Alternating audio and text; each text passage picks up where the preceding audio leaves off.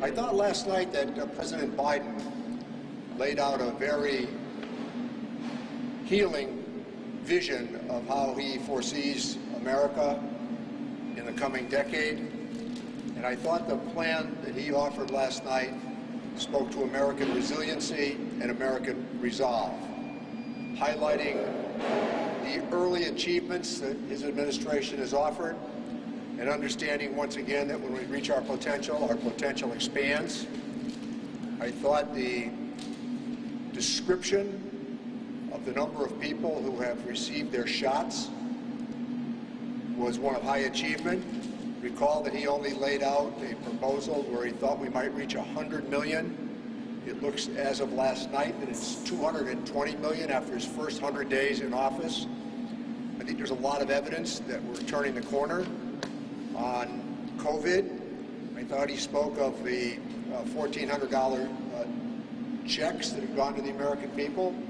You can see that the economy grew by, I believe, about 6.3% in the last quarter. We're looking at robust growth in the next 2 quarters. A lot of people have saved their stimulus checks.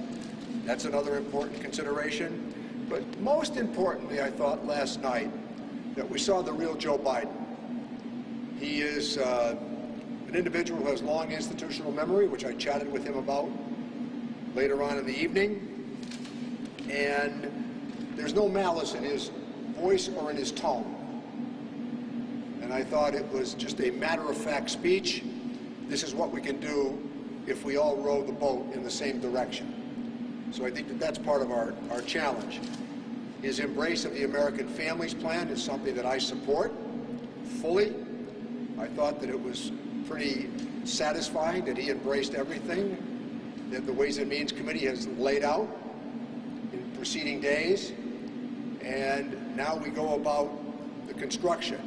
I don't know anybody who doesn't think America needs substantial investment in infrastructure. You know, what's happened to America's roadways and bridges and our sewer systems, the idea that the number of people who are drinking and consuming water from lead pipes is startling. And infrastructure used to be something we could all agree on. So I'm optimistic that we're going to find a path forward. I've spoken with Kevin Brady on our committee, and we're going to make every effort to try to find a path forward. But I thought that when the President described it last night, that there's crisis and opportunity, he's absolutely right. You can do these things. They can be accomplished. And the jobs plan is a once-in-a-generation chance for all of us. I thought that his comments about climate change were on target, and he talked last night about something that I've long been interested in, and that's an investment in America's social fabric to promote social cohesion. So a more fairer economy, and certainly more about opportunity for all members of the American family. This was clearly aimed at the middle class and blue-collar working Americans. So I was very satisfied with what he laid out, and I intend fully to get much of it through the Ways and Means Committee and onto the floor of the House of Representatives. Questions? In terms of paying for it, the President said last night that he considers his proposals, which are basically rolling back the corporate tax cuts, increasing the corporate tax rates, going up the tax fees, that sort of thing. He said that's fair and fiscally responsible. Do you agree with that? I think that if you measure what was constructed in the TCJA in December of 2017, it's fairly obvious that those tax cuts went to people at the very top in American society. The top rate, as the President noted last night, was cut from 39.6 to 37%. And President Obama had actually laid out a plan for a corporate rate at 28%, which Jack Lew and Janet Yellen both came to my office to talk about. Republicans at that time were for 25 to 26%. So they proposed and came up with a 21% rate. I don't know where that came from. But I also thought that one of the things that the President did last night, as he has done in recent days, he suggested to Republicans, tell me your plan. And I thought what Jay Powell said yesterday about the American economy was really important. I think he is forecasting 0% interest rates for the foreseeable future. So there are a lot of avenues that we have here for getting this done. I think the main part of it is, and I'll just share this with you based on long experience.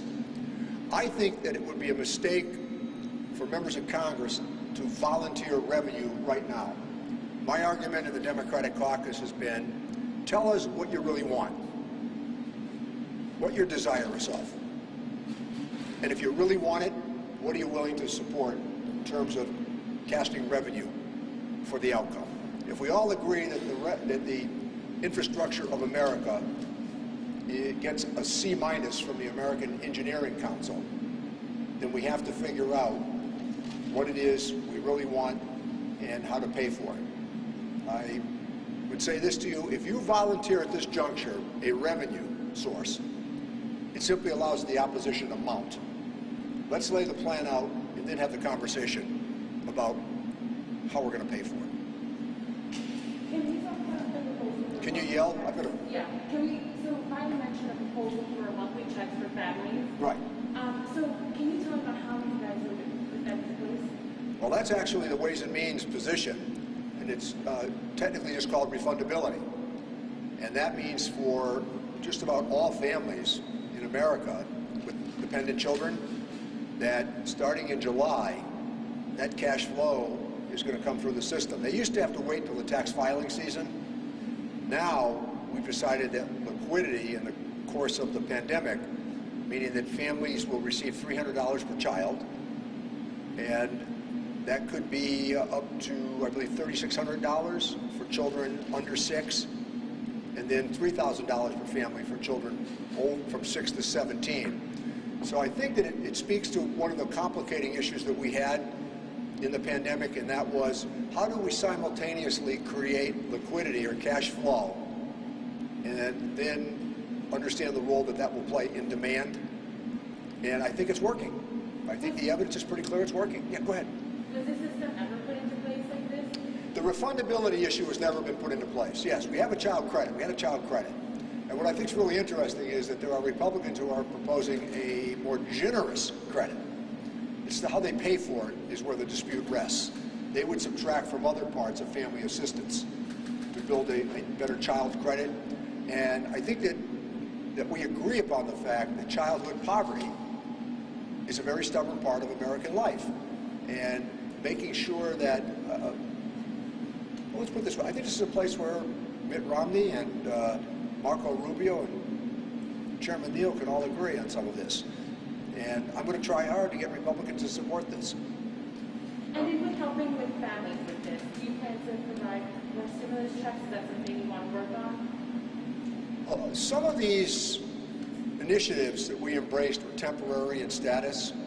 So, for example, the supplement as it relates to unemployment insurance will end mid-September. And I think we'll have a better test case there as to what's worked and what perhaps hasn't worked. For the moment, I think that we want to pay attention to labor participation rates, and we want to pay attention to those 4 million Americans who have stopped looking for work, and understand that there's still 8 million Americans, 8.3 I believe, who the jobs have not come back. Let's put it that way. Yeah. So I think we'll have a better snapshot of this in the fall. Yeah. So as of right now, what are the main roadblocks for this getting passed? Well, I think the main, it's generally the same thing. It's, yes, we all agree on the problem. We don't agree on how to get and draw the revenue. That's always kind of the mainstay of the dispute. But I do think it's helpful that some Republicans are talking about childhood poverty. I think it's very helpful, as a matter of fact. And I intend to take them at their word that they actually want to find some solutions to childhood poverty. So, yeah, their commentary was pretty interesting on this. I mean, last night I thought that the president, you can see that folksy manner he has with some of them. This is what happens when you serve for a long time. You know them on a first-name basis, and you also know who's what we call gettable. I should begin to track it. And we know what it might be that might get them over the goal line. And And as I said the last time we were together, one of the hardest things today for us with media, and not because of your malice or anything, you just don't have the time and space anymore to explain process. And process is still a really big part of American legislative life, how you do it. And I think that, you know, and I think that conflict has filled a vacuum. And I thought yesterday at the Chamber of Commerce, when I was listening to Ann Compton, I could have written her speech about what social media has done, talk shows, cable shows. It's made it a lot harder to get things done in America because it's entirely focused on conflict, as opposed to many of us who are embracing of what we call the regular order, which sounds trite on the surface. It's everything in legislative life. That's how committees work. I had another question. Go ahead. Biden proposed free community college. So I spoke to HCC and they had some questions, you know, just regarding like who would be eligible and how long this process would take. Do you have any of those answers? Yeah, I do. I like the idea of some experimenting with it. I think the challenge is going to be that there are some states that really don't have community college systems. There are other states that have four-year colleges that grant two-year degrees. And there are some states that have very generous benefits and other states that don't. So you'd have to ask some of the states what they would be willing to give up to have a more harmonious approach to the investment. But look, I'm a big believer in community colleges. I think it gives students a chance to get the basics out of the way, their requirements, and then they proceed to embracing a major. So I think that some experimenting with community colleges makes a good deal of sense. And it gives me a chance to give you a longer answer than you wanted, but I'm going to do it anyway. So, I mean, I think in Massachusetts we should take a lot of satisfaction from our community college system. And perhaps the singular personality that brought about the community college system in Massachusetts was Foster Ferkalow. And Foster Ferkalow lived in Springfield. He was a graduate of Yale. He went on to be governor, state treasurer, and if you really want some trivia, he held this congressional seat for 4 years, from I think 48 to 52, before Congressman Bolden won. And I eulogized him on the House floor when he died. And Foster Ferkalow, he envisioned, despite his wealth and advantage, he envisioned a more egalitarian opportunity for people who didn't have a lot of means. And the first community college in Massachusetts was Berkshire Community College. So I always talk to decision makers about why there should be something named for Foster Ferkalow. His father's doctor's office, I was delighted to see, is still standing, if vacant, on Main Street, where it says Ferkalow's, I think it says Ferkalow's medical offices. And it's a really nice story. But I thought the fact that this guy who would, you know, his father was a doctor and he'd gone to Yale, and he would think it was important to build a community college system, which now is second to none. And recall what happened here at Springfield Technical Community College. The great history of that is that when, this is a lot of information, but Wayne Faniff would love it. The Secretary of Defense, Robert McNamara, decided to close the arsenal at Springfield, which, whether it was the Garand rifle, whether it was World War I or World War II, the Armory demonstrated its worth. It employed thousands of people and a lot of women during those wars, and it was a transformative investment on that site. But with consolidation and innovation, the Armory was closed in 1967, 68, and everybody was hand-wringing. What will we ever do here? They built the largest community college system in the state. So that's what you do with crisis. You take advantage of it. And the argument in my early days in local government was whether or not the site would be used for education or industry. The answer today, both. It works. Yeah. You take the long view. I know it's hard to convince young people of that, but the long view works. Go ahead. The president talked a little bit about immigration, temporary protected status. Yeah, I'm supportive of that, yeah. Is there a legislative fix for that? situation? The fix is immigration reform, and he's right. Although in the 30 years that he described last night, there have been notable breakthroughs and achievements. I have supported at least two.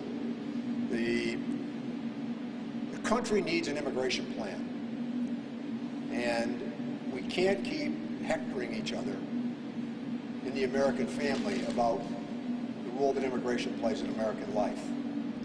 And I do think that trying to lower the temperature in terms of the discussion makes a good deal of sense. But let's be candid. I mean, it is erupted as an issue again. And I think that Congress is fully capable, if we would lower the rhetoric and speak to each other as human beings about how best to resolve many of these issues, because they are resolvable. And when you look at what happened with birth rates this week, as published by the census, it was lower than we thought it was going to be. And immigration has always played a role in American history. I'm a product of it. Just one generation removed. On the other end of the expansion of public education that the President talked about last night, universal, high-quality pre-kindergarten, how do you feel about that? I like it, and I think that the evidence is pretty substantial that it's an investment. Some of these measures are not just, well, we'll feel good about ourselves by saying it. It's a good investment, and I think that universal pre-K, starting as he described last night with 3-year-olds, just makes a great deal of sense. I mean, when you look at the era in which we're entering into, I was pleased last night that he talked about the role that China's going to play going forward. And we can't be naive about it. And I think that American leadership in the world is going to be challenged regularly, but I was thrilled last night when he mentioned DARPA. That's a pretty obscure federal agency, but all of you know what it is. It was the taxpayer paying for the invention of the internet. That's how it came about. And when you look at the National Institutes of Health, it's the envy of the world. The envy of the world. And we should all be able to agree on expanding the National Institutes of Health. When he talked about cancer last night, if we're to find a cure for cancer, it's going to be through the National Institutes of Health. When you say the timeline, I'm sorry, Matt? When you say the timeline is for getting all of this done, I mean, he laid out on the infrastructure side of it, my plan is to have our responsibility completed by July 4th. When you say your responsibility, you mean the committee or the whole House? The committee or the whole House? The committee. The committee. And then by the August break, have it pass the House. And the community college, when do you expect that? That's a different committee. That would be the Ed and Labor Committee. So we'll just have to wait and see as that's applied. I do think, as I described it earlier, trying to figure out all these variations across the country, because community colleges are run by the states. Yep. Okay. Congressman, Matt? your committee will obviously see a fair amount of the American Families Plan go through it as well. But compared to infrastructure, which did come up a bit last session, you had some hearings on it, I believe. We'll probably have some new hearings on this. Do you have a sense like we want a hearing from those kinds of meetings? Yeah, I think we should I think we should open with the AFL-CIO, the American Truckers Association, and the United States Chamber of Commerce, as well as the Teamsters. So that's two that generally come down on the Democratic side, and that's two that generally come down on the Republican side. And I think that the one thing they agree on is it needs to be done. So that's a pretty good starting point in this. And the testimony that I've taken over the years with the Chamber and with the labor unions, they've all agreed again on the nature of the challenge that's in front of us. And that's what I want to emphasize. So I've said to members on my side, and particularly on the Ways and Means Committee, I've expressed this to them pretty earnestly. If you really want this, at some point there's going to have to be some revenue. I mean, I do have these hilarious moments of conversation with some members of Congress where they will outline this spectacular project they need in their constituency, and then they say to me in the same sentence, but as you know, Mr. Chairman, I can't be for this or I can't be for that. So what I've said to them is, I don't think you want to say that publicly. I think what you want to say is, I really want this, and let's figure out how to get it done. And that's the legislative life that I came through, by the way. I know it sounds quaint by some standards. If you're not on the cable shows at night yelling and screaming, you know. And if you talk about like taking a long view of events, you know, such as the stick or other cases, you know, what it needs to be built into this legislation to make it durable, because I mean, these aren't just investments you want to do one and done. Well, I'm glad you mentioned that, Matt, because one of the things that we're talking about here that's really essential is that when the president talks about a $2.3 trillion investment in the physical side of infrastructure, what we would call the hardware, maybe, highways, roadways, bridges, airports, rail, sewer and water, broadband, you're not going to spend $2.3 trillion next week. You're going to spend it over 10 years. That's a very different economic forecast. So, I think Jim or Paul, they mentioned the challenge you have with what we call sophisticated tax avoidance. That's an important consideration. So spending some money investing in the IRS, which has just been muted because of the fact that their budget has been cut repeatedly. So the chances of somebody who's of moderate income in America now being audited are higher than people at the very top. So what I think that the president said last night, that investing in the Internal Revenue Service and trying to recoup some of this tax avoidance. And remember, if I can't, there's a difference between tax avoidance and tax evasion. So I was glad he mentioned Bermuda last night and the Cayman Islands. That is sophisticated tax avoidance. This is kind of a gossipy kind of question. I don't do that. I don't do gossip. You saw that you did speak to the president on the floor of the House last night. What did the two of you discuss? I'm not going to tell you. But it was good natured, it was in good humor, and I think it was pretty fair to say that it's a pretty warm relationship. So I won't tell you any more than that, but it was really, for me, it was very refreshing to chat with him. Yeah, I like him very much, as you can tell. Yeah. And the speech that he gave last night was Joe Biden. I mean, again, no malice of intent, no hectoring, no ill-begotten words, nothing that he has to walk back today. Instead, it was just more of a, let's have a conversation. And that's the Joe Biden that went to the United States Senate a long time ago. He gets the rhythms of legislative life. I wish a lot more did. You know, make it easier. Other questions? No? Okay. Thank you.